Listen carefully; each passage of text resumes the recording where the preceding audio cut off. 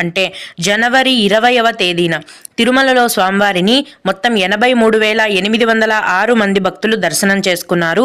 అందులో స్వామివారికి మొత్తం 23,352 మంది భక్తులు తలనీలాలను సమర్పించారు. నిన్నటి రోజున తిరుమలలోని శ్రీవారి హుండీ యొక్క ఆదాయం అనేది 3,59,00,000 రూపాయలు. ఈరోజు ఎటువంటి దర్శనం టికెట్లు లేకుండా నేరుగా భక్తులను ఫ్రీ దర్శనానికి అనుమతిస్తున్నారండి. ఈ విధంగా టికెట్స్ లేకుండా నేరుగా వెళ్లే ఫ్రీ దర్శనానికి ప్రస్తుతం 6 గంటల సమయం పడుతోంది. దాదాపుగా 6 గంటల సమయం పడుతోందని టీటీడీ వారు తెలియజేశారు.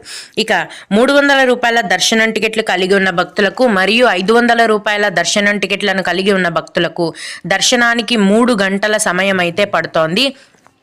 భక్తులు దీన్ని బట్టి మీ యొక్క దర్శనాన్ని ప్లాన్ చేసుకోవాల్సిందిగా మనవి. జనవరి 19వ తేదీతో వైకుంఠ ద్వార దర్శనం ముగిసిందండి తిరుమల ఆలయంలో. ఆ తర్వాత నుంచి